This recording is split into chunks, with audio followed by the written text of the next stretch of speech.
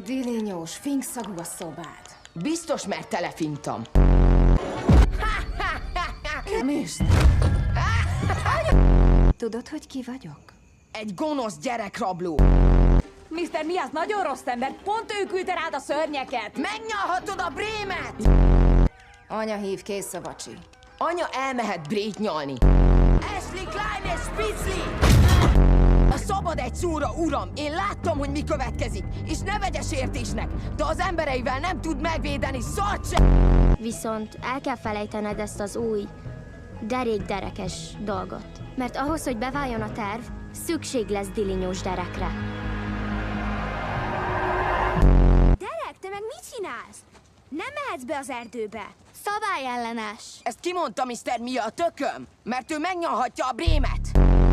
Ki adta ezt a térképet? Az anyám!